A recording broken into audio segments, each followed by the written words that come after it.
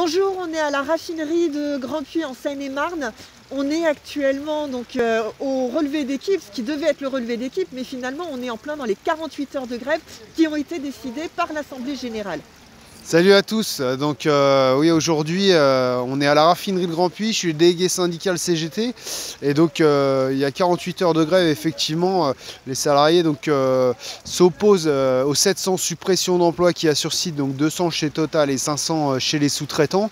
Voilà, la transformation de l'outil de travail soi-disant pour des raisons écologiques alors qu'on sait que c'est simplement pour des raisons de profit. Donc les travailleurs sont déterminés, il y a plus de 75% des postés qui sont en grève. Et voilà, ils s'opposent à ce plan social, ils s'opposent aux suppressions d'emplois. Ils vont défendre et leurs conditions de travail, et leurs conditions salariales.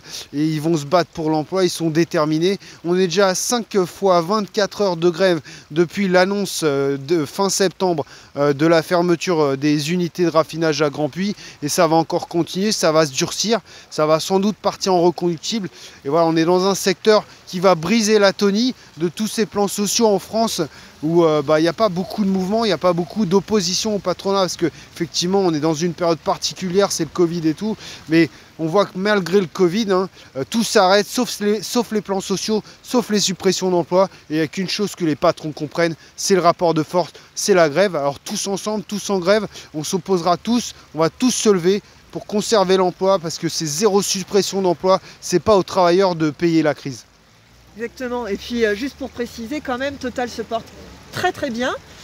Combien de milliards de dividendes? 7 milliards de dividendes, voilà, on est en 2020, donc c'est la crise la plus dure économiquement depuis les années 30, et malgré tout le groupe a versé 7 milliards de dividendes. Ne vous inquiétez pas, de l'argent il y en a, dans le groupe il y en a, les patrons ils en ont, le PDG de Total c'est 4 millions d'euros qui se payent par an, donc il n'y a pas de souci, ils peuvent conserver l'emploi en France, ils peuvent même le développer, il n'y a pas de problème là-dessus.